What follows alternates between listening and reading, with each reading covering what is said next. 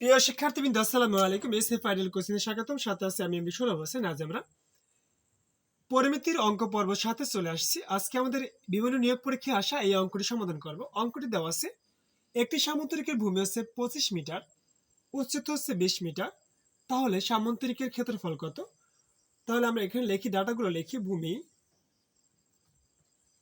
সমান 25 মিটার, উচ্চতা সমান 20 মিটার। আমরা ক্ষেত্রফল নির্ণয় সূত্র হচ্ছে ক্ষেত্রফল, সামন্তরিকের ক্ষেত্রফল নির্ণয় সূত্র হচ্ছে ভূমি গুণন উচ্চতা। এখন দেখেন আমাদের ভূমি আছে কত দেওয়া, এখানে ভূমি আছে 20 আর উচ্চতা হচ্ছে 25। এখন দেখেন আমরা গুণ করি, 25 শূন্যের শূন্য, 25 দুগুণে 50, 500 বর্গ মিটার, যেটা হচ্ছে আমাদের কাঙ্ক্ষিত ফলাফল। আশা করি বুঝতে পারছেন। এরকম নিত্য নতুন ম্যাথ পেতে অবশ্যই আমাদের চ্যানেলটিতে লাইক কমেন্ট সাথে শেয়ার করে সাথেই থাকবেন। আজ এখানে শেষ করছি। আল্লাহ হাফিজ।